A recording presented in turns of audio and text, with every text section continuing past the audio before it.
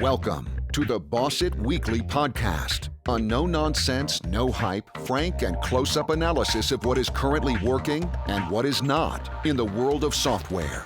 The Boss It podcast is packed with major takeaways for software business owners and managers. So, let's begin. And here we go again, another Boss It podcast. Well, the last few weeks, in fact, a few months, I've had some really good guests on, and I've been getting some very good feedback. Jackie Handy talking about diversity.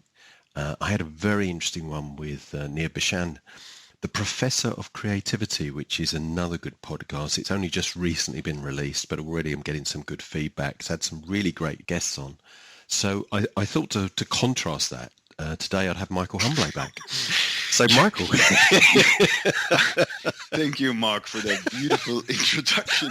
I thought you just needed somebody to annoy you again and put you back on edge and be sharp to you instead of just taking the easy route out. Exactly. Right? Well, I needed you back for many reasons, actually. So how have you been? I've been busy. I can summarize it in two things. I wrote a book. The book is finished. It's going to come out 7-8 October. The book is called Nobody Knows You, and I talk about thought leadership and how to scale that and all the models that are around. And basically, in essence, I'm basically talking whatever you want to do with your life, scale your business, grow yourself, what is, I'll give you the blueprint how to do it. And then the second thing I did, Mark, and I don't know if you realize this, but I kind of say I do know something about LinkedIn, right? So I made some online training, some trainings, and I actually sold, you will not believe it, I sold a training to 18,000 people on LinkedIn.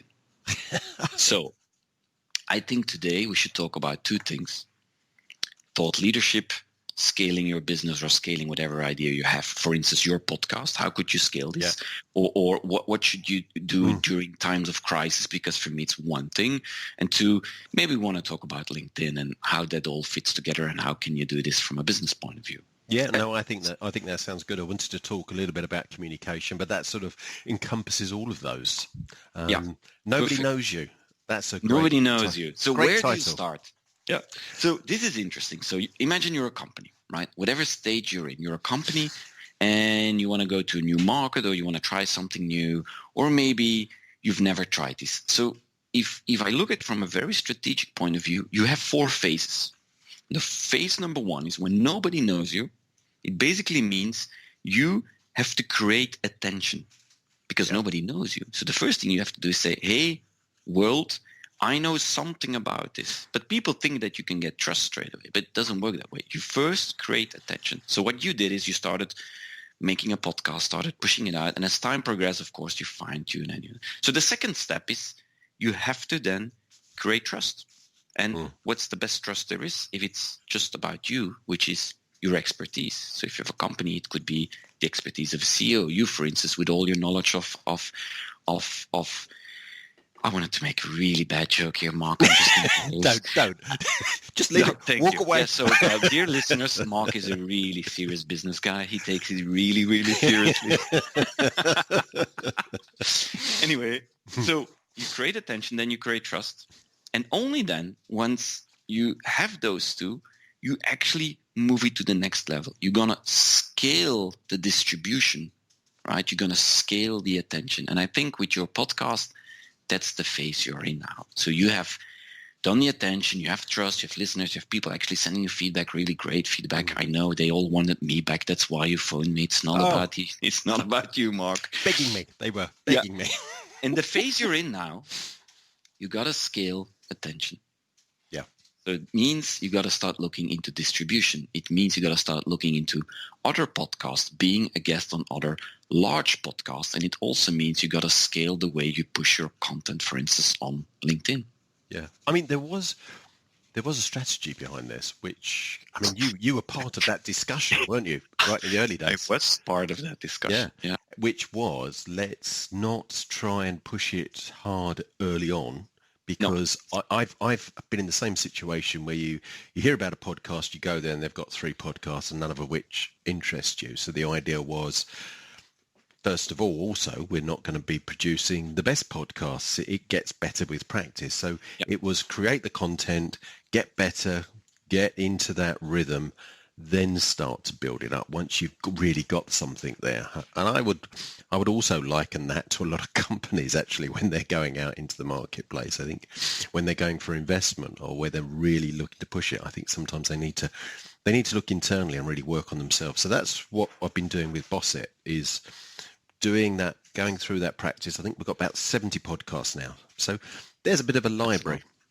Yeah, but hang on. Let me go a little bit technical here. So a few things we need to do, because you have a library of podcasts. That means you can also put the podcasts on other channels, right? So you probably do that. You can take the audio file and put it on YouTube. You can take the audio file and put like a nice thumbnail of a picture. You can put that on LinkedIn so people go there, and then we can have the Instagrams and all the rest of the world. I don't know if your audience is there. One of the more interesting concepts is Pinterest. Yes. Because there's not a lot of business people on there, and people go to Pinterest for inspiration. It's a really inspirational. So they watch furniture, but they'll also watch a lot of infographics and that kind of stuff. And I did some experiments, and I was completely amazed how much traction it got. By the way, also, if you want to pay, so if you pay for ads, for instance, what you do is you shortcut attention. So you push it in their faces. Doesn't mean you're shortcutting trust. If you, for instance, you want to shortcut trust, influencer marketing would be a good trick. That's why a lot of B2C brands will use famous people. What they're doing is they're shortcutting trust. Yes. But that's expensive, and that doesn't always work well. In B2B, influencers is something that's basically starting. And you see that you have some Gary V's in America. You have, of course, some of these guys. But as I see in Europe, more and more of these personalities are coming and are going, and they're actually being paid by brands to push. It's very interesting I was to see listening that trend. I was listening to a podcast, and it was an interview with the CEO of a company that did artificial intelligence. They developed their own software. But they were being interviewed by a famous UK presenter. Exactly. And they'd done it to gain credibility, but I thought that the whole podcast really lacked something because of her lack of understanding. Yes, she has got a name, but it was obvious she knew nothing about the software sector, nothing about artificial intelligence, and it was a bit laboured, But it's a fine balance between knowing too much and going too deep in the detail, which is a problem, actually. Yeah, sure. And not knowing enough and kind of going, and then what you get is more of a documenting of the journey type of discussion. I know an influencer now who scaled her business entirely by actually not knowing anything about any business, but by being very good in asking questions. But that and she has all these famous people coming to her show, says she. And she's doing really well, but if you would ask her a really business question, she has no clue. But that will also depend on your audience that you're aiming to bring to you, because I'm not looking to have a podcast that's is of interest to the general public. This is specifically for software entrepreneurs. So, I mean, I'm assuming that they want to go a little bit deeper. They want to walk away with something of value. Perhaps it's just a new perspective. Perhaps it's just discussing the subject which helps facilitate their thinking. I don't think we necessarily have to give them something. I think just hearing the conversation sometimes. So I'll immediately put in some 2 nudges of wisdom, because I built this massive LinkedIn online course and pretty advanced stuff in there. I learned 2 things. One, only 5% of all people are active on LinkedIn. That means there is a massive potential for organic growth. Right? You mean are regularly active? Because I would say regularly active. 95% are listed. Yeah, and it's crazy. At least only 5% post something. Oh, okay, right. So that means it has a massive potential to do something, because I built this training for a bank who then started selling this training. When you buy an insurance, you're an entrepreneur, you get this training, and guess what the first exercise is? Add Michael Humblet. Anyway, and we had to look in all these numbers and talk to LinkedIn and all of that, and we figured out that even if you look to banks, that 5% of the banks are actually people within the banks are posting something. So for me, this is a crazy, although when you and I look at LinkedIn, we think it's saturated. It is not. No. It is far from saturated. So that's one that you really need to spend on. And two, you need to start sharing your expertise, because people don't look for the solution. They look for the problem because they don't know the solution. So you just got to start sharing your expertise and try and solve it in smaller nuggets. That's the key to LinkedIn. Yeah. That's actually the key. So what I would do, for instance, with your podcast is not to, hey, here is a podcast. No, I would take a little element out of the podcast, start there, and then say, if you want to know more, here's the podcast. See, that's what I did wrong with my YouTube channel. I would say, hey, I have a new guest. And I thought this guest I would repost and he would talk about it. They don't do that. I needed to share the piece of value immediately up front and then say, if you want to dig deeper, go to the YouTube or the podcast.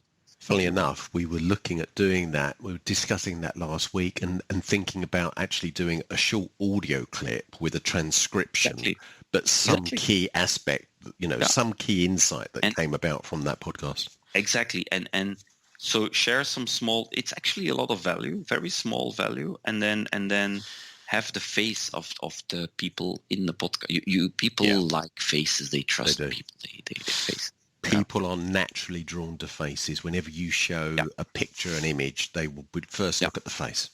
Yeah. So if I want to be a guru, for instance, Mark, and I know you've been dreaming all your life, what you should do is then you should get on Oprah Winfrey. You see? No, what I mean is you should get other famous people to talk about have pictures with them. That's one of the most basic shortcuts that you can do.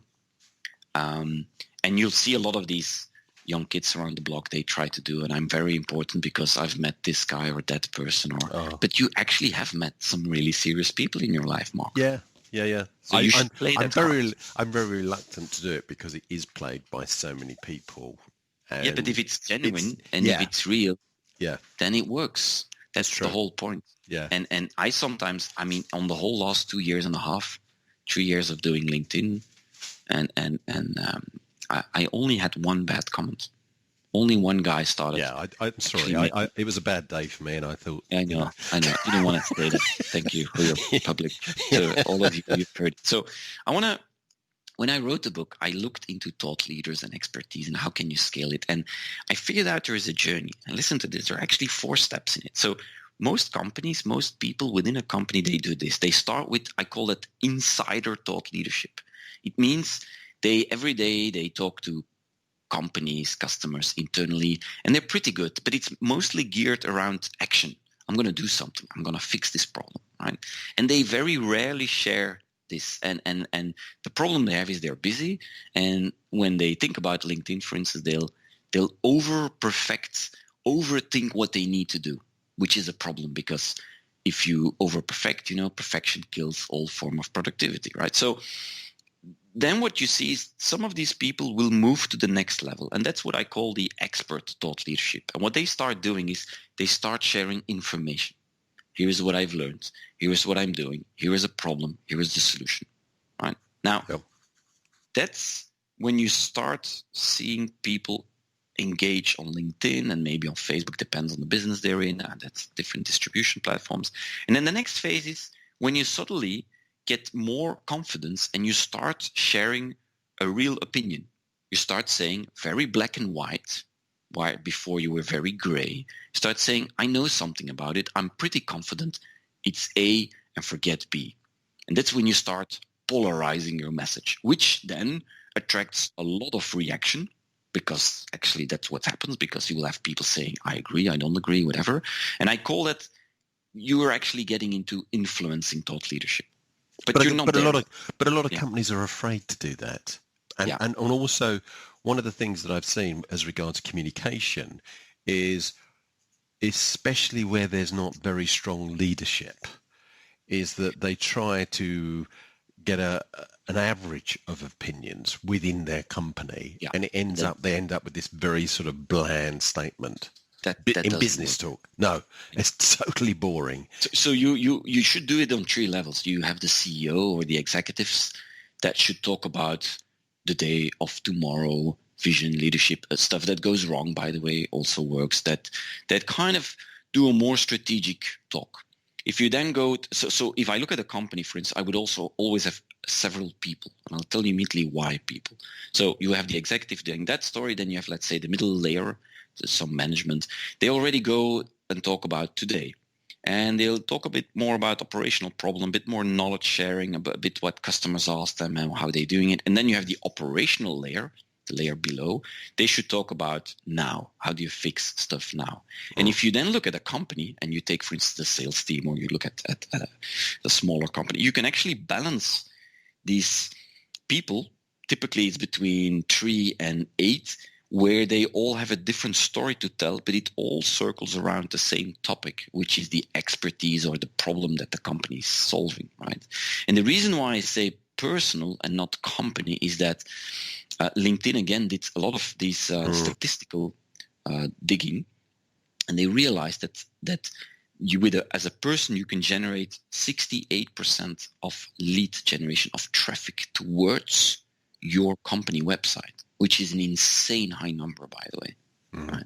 So I do think that from a company point of view, you need those personal brands. You shouldn't fight it. You should also not try to fully control it. You should actually facilitate the creation of content. And here is a story. I was interviewing people for the book, Mark, and this is a very good story for you. So I bumped into a company called Lemlist. They created a software for sending cold emails. A pretty interesting company, French. And I'm talking to the founder called Guillaume. And he said to me, listen, Michael, we are a small team, and I want most of my team to be content creators. We believe that personal brands is the key, the future to win this game. Okay, so how do you do it? Well, listen, we take every 6 to 7 weeks, we take one day, everybody gets a day, and they can all pick their favorite channel. And with that, I mean, for instance, he loves video, but somebody else loves writing, and somebody else loves talking, like podcast. And he says, I, as a company, I basically facilitate that one day. So I'll make sure that everybody's prepared that one day we do like a full day of recording, whatever it is, a full day of writing, whatever it is. And then these people have to distribute it themselves with a bit of assistance on their social channels. And he showed me the numbers, and he said, for instance, on LinkedIn, they do this technique and they generate over 100,000 views per week on LinkedIn. Wow. With this method. That's so phenomenal. Forget all the classic marketing and all of that. If you just would do that, you win. Yeah, there is nobody, and over time you get better and better and better. Look at your intro of your podcast. It's the first time I thought, now this sounds professional.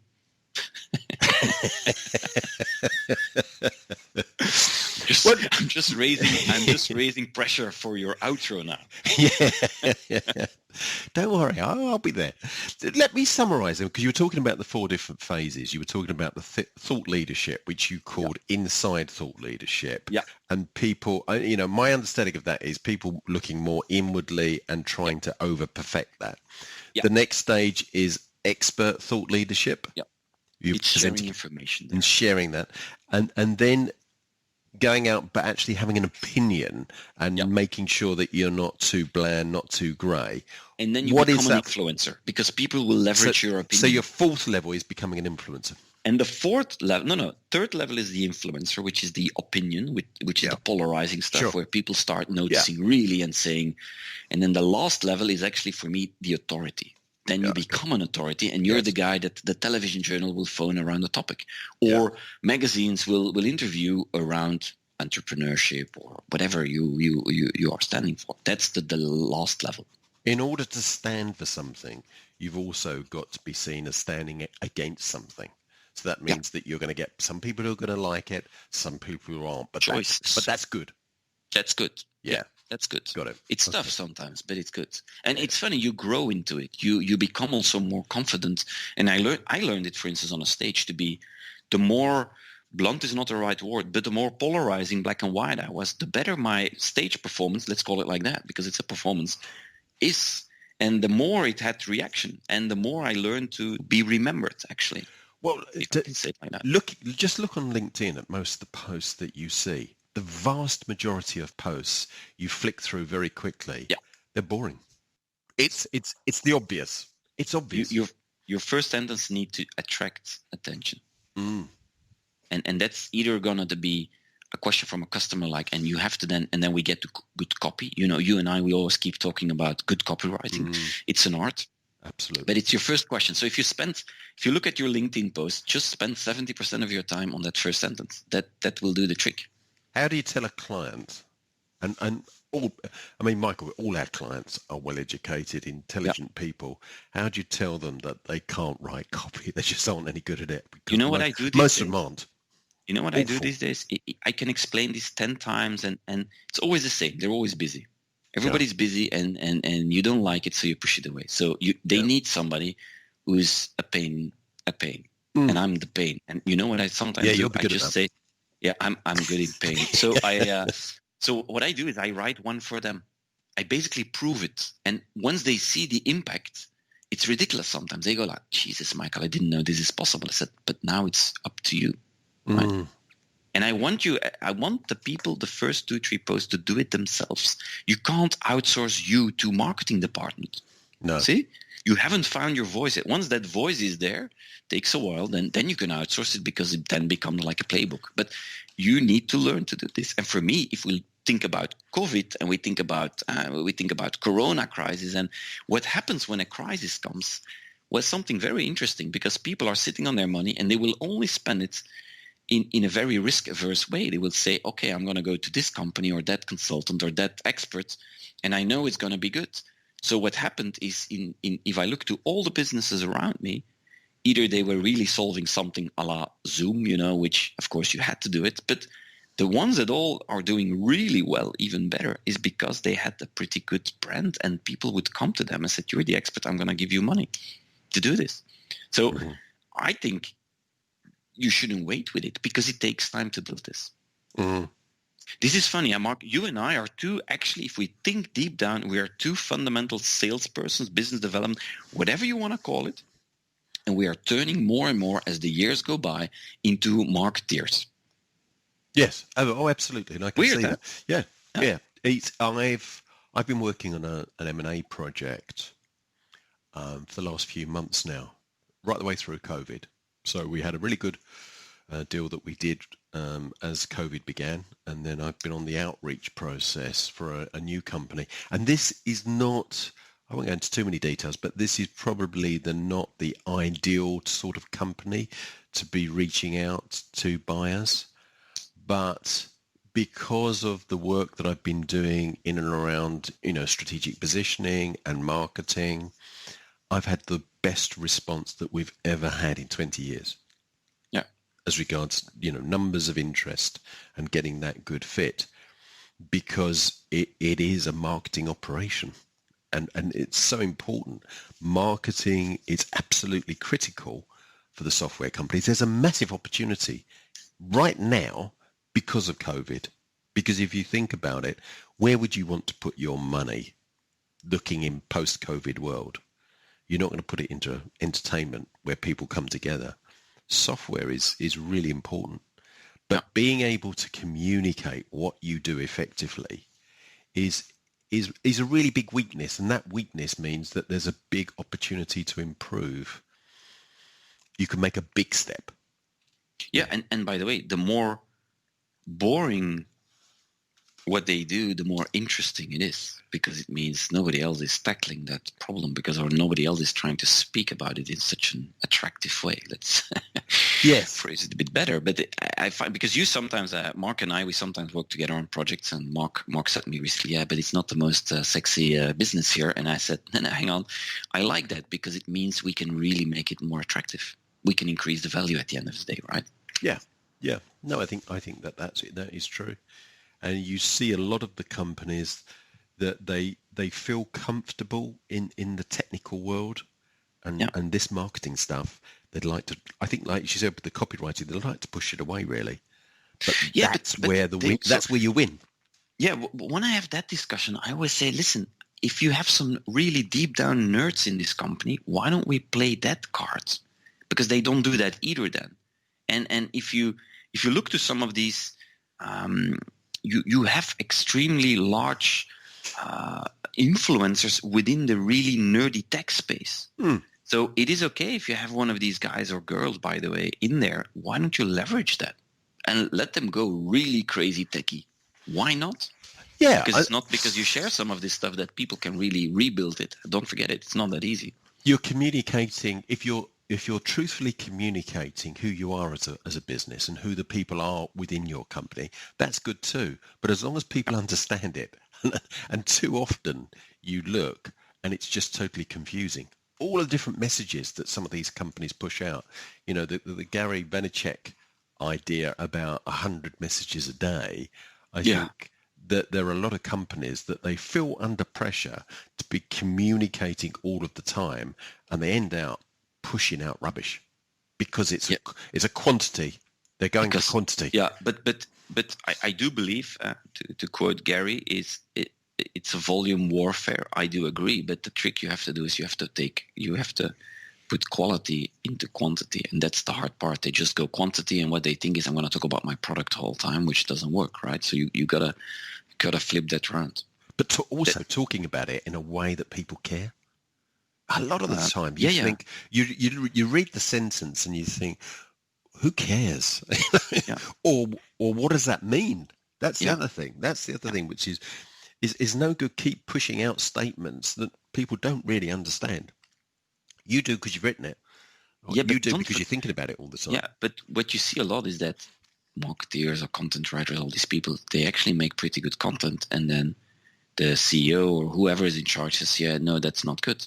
Yes. Because it doesn't say our stance and all that. And nobody cares about it. Nobody cares. Right? So you should just, in a way, dare to let go something. But it's not easy. I mean, the only way I've seen it work is when I'm actually almost in there and I'm proving them it can be different. And then you see the complete game change. I mean, from a pure M&A company that Boss Equity is, you guys completely change the way you do communication. It's really, really crazy if you look at YouTube and all of that, how different it is. Yes. Yeah, it is. Yeah. I mean... Yeah. But you still have a newsletter, right? You still have still have a more traditional newsletter, I guess. That's something you gotta... It's time, I mean, for me, if I can be really blunt to you, Mark, I think it's time to rechange that format and maybe make it shorter, for instance. Yeah. Well, there's going to be a change for me anyway, because I'm about to announce that I'm involved with two businesses, with Outsmart Strategy.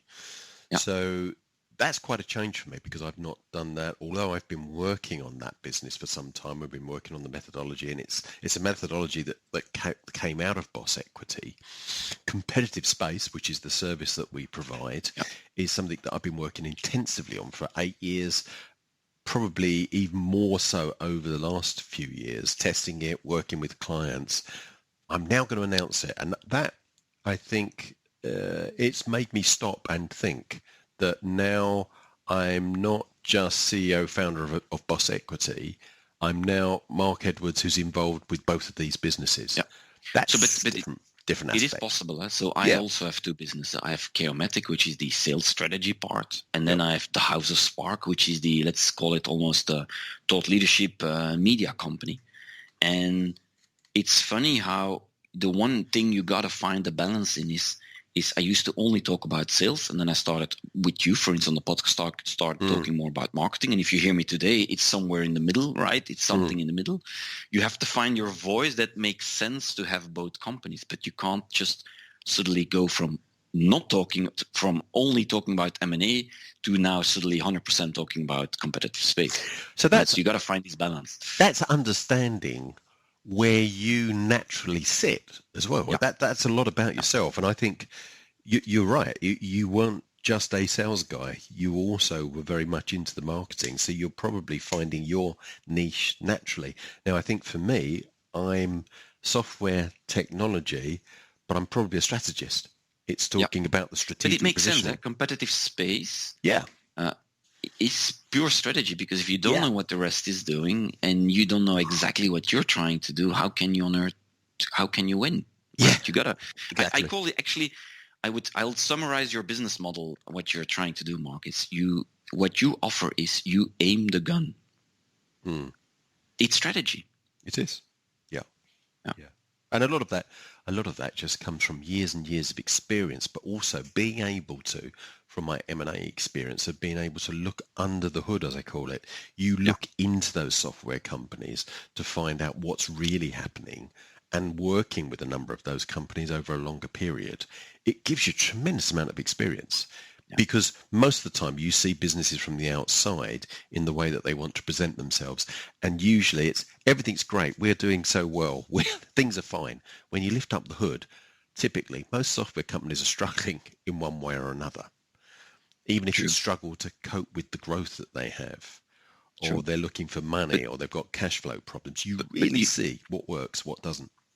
But the other thing, Mark, something I learned the hard way is that although you look a lot into these companies, and I do help also a lot of companies on like strategy and modeling and all of that, when I look at my own business, I get kind of stuck I get stuck. Absolutely. You're always blind for your own stuff. It's funny for me with the House of Spark, for instance.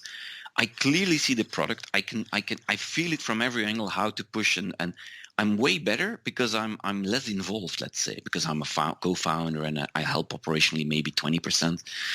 But if I look at my other business, Chaomatic, I keep struggling with it because the company is me, and that's the problem, right?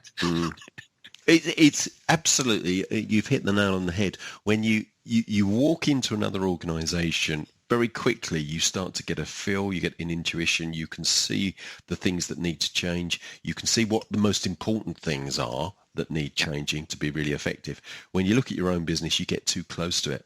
What I try and do sometimes is when I'm working very closely with a client on a particular aspect of their business, I try and sort of turn round and reflect that into my own business or businesses and saying, are we doing that as effectively as I'm suggesting to my client?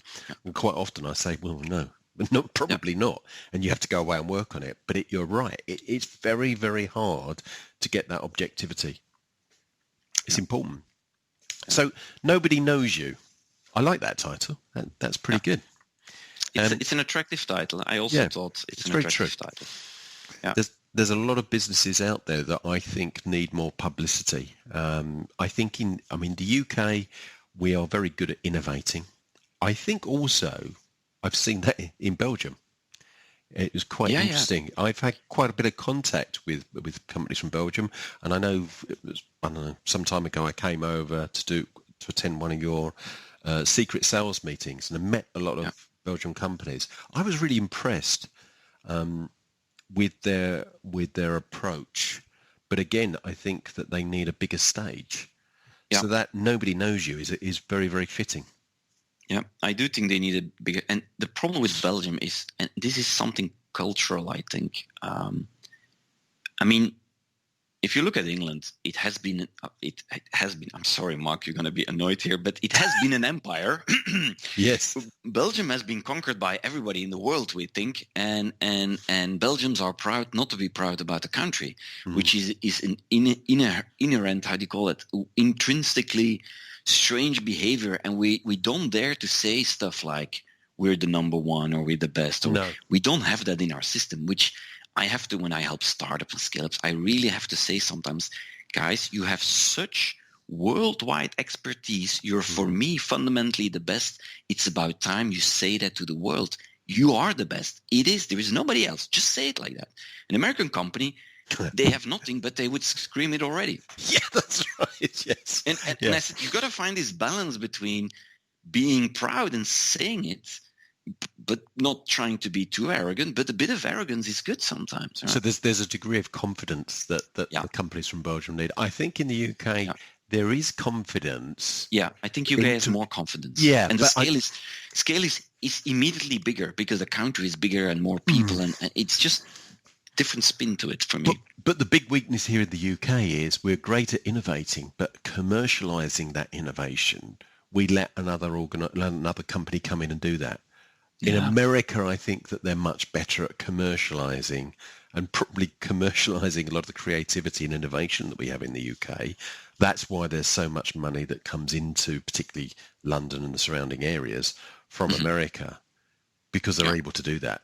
And I think that's a shame. Then perhaps it's a different type of confidence. We're confident in innovation, but when it comes taking it on a wider scale, we perhaps need a bit of expertise. And I think in America, they tend to be ahead of us in that respect in marketing and sales. And also maybe a bit, how to say, fearless. Yes. I feel a lot of that in when I speak to like founders, and I'm like, guys, just think a little bit bigger and don't be afraid to phone somebody and say, hey, can we do this? They can always say no. And it's so weird how people just have this glass wall between their dreams, actually, where they, I say, just ask. You can't lose anything. Mm. Start the sentence with, I have a crazy idea. Everybody will listen. Yes, that's a really good idea. Yeah. So what's on the agenda for you then over the next few months as we come out of COVID? So the next few weeks is book launch, and I mean I'm enjoying the ride because it's a pretty tough one, because you really have to get all the stuff that I've been claiming for 3 years. I have to do it for myself now, which is painful, right? I have lots of new type of customers coming to me, and I spend a lot of time with the House of Spark developing new formats. And there is a lot of creativity there, and I like the chaotic creativity phase, and I love how that is growing for now. So I honestly, Mark, this year, because so much changed, I just thought, let's just try and finish 2020 and on a good pace, and try and grow whatever I'm doing, and see with the book how things are going. And I haven't overly motivated myself to triple my growth or quadruple. No, I said, let's just behave normal, and be happy, and find the balance. Okay. I mean, it doesn't sound exciting, but it is pretty exciting when you're in the middle of it. Sure. Yeah. So, and what's the plan? So you're going to announce you're into your second company. I mean, I'm going to announce about Outsmart, and I'm going to explain that. I'm going to put that on my LinkedIn profile because it's not mentioned at the moment, and I'm going to have another look at my LinkedIn profile because I think that it always needs updating. Yeah. And also, I'm going to reach out and I'm going to start talking on some other people's podcasts. Yeah. I think that's a good idea. Out there. Now's a good time because there's enough content here. And, I'll come on your podcast. I'll come and upset you on yours. We start our show again with new formats, actually the third week of September something. So maybe once you're back over, we physically do something, and we do take some pictures, and we do some recordings. And I think that might be better than different way. And I like, so the people who are listening, maybe but Mark is like he likes to take very cool pictures. So we took once a picture black on black with this special size, two gangsters, right? Yes, that's it. I want to do something like that again. So with the book, the way we've done it, because I was thinking about Nobody Knows You, and then I was thinking about all these American books, and then I said text, and then I thought we should do something with this cover so it becomes more attractive. So what we took was we took a very high-end picture of my face. We cut it in two.